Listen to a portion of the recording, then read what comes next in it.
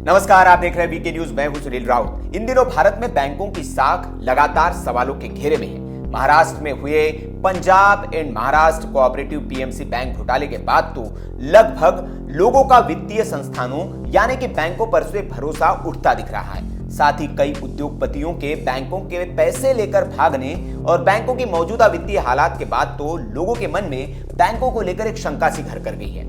लोग ये सोचने लगे हैं कि क्या वाकई में बैंकों में जमा उनका धन सुरक्षित है या फिर पीएमसी घोटाले में लूटे खाता धारकों जैसा उनका भी हाल होगा। आपको याद होगा कि पीएमसी बैंक के खाता धारकों के पैसे निकालने पर रोक लगा दी गई थी। इन लोगों के पैसे बैंक में होने के बावजूद उन्हें नहीं मिल रहे थे। इसके लिए काफी आंदोलन भी हुए थे। दरअसल बैंक डिफॉल्ट होने के बाद बैंकों में जमा आपकी पूरी राशि की कोई गारंटी नहीं होती। इसमें से एक निश्चित राशि पर ही आप अपना अधिकार जता सकते हैं। Deposit insurance and credit guarantee corporation की ओर से तय किए गए नियमों के मुताबिक ग्राहकों के 1 लाख रुपए की सुरक्षा की गारंटी ही मिलती है। यह नियम बैंक की सभी ब्रांचों पर लागू होता है। इसमें मूलधन और ब्याज दोनों को शामिल किया जाता है। मतलब साफ है कि अगर दोनों जोड़कर 1 लाख से ज्यादा है तो सिर्फ ग्राहक के 1 लाख रुपए ही सुरक्षित माने जाएंगे।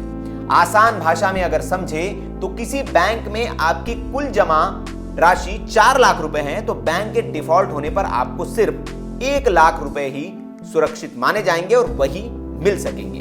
बाकी आपको मिलने की कोई गारंटी नहीं होगी। लेकिन अब ग्राहकों की इस तरह की चिंता को देखते हुए मोदी सरकार आने वाले शीत सत्र में, संसद के शीत सत्र में एक बिल लाने जा रही है। इसका इशारा खुद वित्त मंत्री निर्मला सीतारमण ने दे दिया है। बताया जा रहा है कि सरकार ने वित्तीय संकल्प और जमा बीमा FRDI बिल का मसौदा तैयार कर लिया है और वित्तीय विभाग इसे 4-5 दिनों में नीति आयोग, FDS और व्यय विभाग को भेजेगा। आपको बता दें कि संसद का आगामी शीत सत्र 18 नवंबर से शुरू होने जा रहा है। इस बिल में ग्राहकों की रकम की गारंटी को बढ़ाने के साथ ही और कई प्रावधान किए गए हैं। इस बिल के पास होने के बाद अगर कोई वित्तीय संस्थान डिफॉल्ट हो जाता है तो ऐसे संस्थान के जमाकर्ताओं को 3 से 3.5 लाख रुपए तक का जमा बीमा दिए जाने की उम्मीद है, जो अभी 1 लाख रुपए तक ही है। यही नहीं, जमा बीमा को महंगाई दर यानी कि मुद्रास्फीति से भी जोड़ने पर विचार किया जा रहा है। गारंटी राशि बढ़ाने से न सिर्फ ग्राहकों को बल्कि सरकार को भी कई फायदे होंगे। एक तो बैंकों में लोग गारंटी राशि के बराबर पैसा जमा कराने को लेकर परेशान नहीं होंगे और इससे लोगों का विश्वास भी बैंकिंग सिस्टम पर बढ़ेगा। इससे बैंकों के पास सेविंग बढ़ेगी और वे ज्यादा कर्ज दे पाएंगे।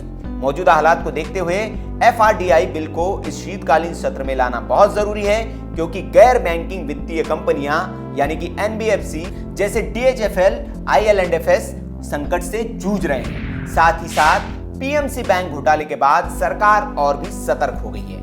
इस ऐलान से जमाकर्ताओं को थोड़ी राहत मिलने की उम्मीद जरूर है। मोदी सरकार के आने वाले इस बिल पर आपकी क्या प्रतिक्रिया है, आप कमेंट बॉक्स में दे सकते हैं। क्या इस बिल के आने से बैंकों को लेकर लोगों के मन में जो शंका है वो दूर हो पाएगी, ये भी आप कमेंट बॉक्स में बता सकते हैं। वीडियो अगर आपको अच्छा लगा हो, अगर आपको लगे कि इस जानकारी को और लोगों तक पहुंचाना चाहिए तो इसे आप शेयर कर सकते हैं। अगर हमारे चैनल की खबरें आपको पसंद आती है तो आप हमारे चैनल को सब्सक्राइब कर सकते हैं। बेल आइकन दबा दीजिए ताकि चैनल्स के वीडियोस आपके मोबाइल के फीड में आपको मिलते रहें। और ऐसी खबरों के लिए देखते रहिए वीके न्यूज। नमस्कार।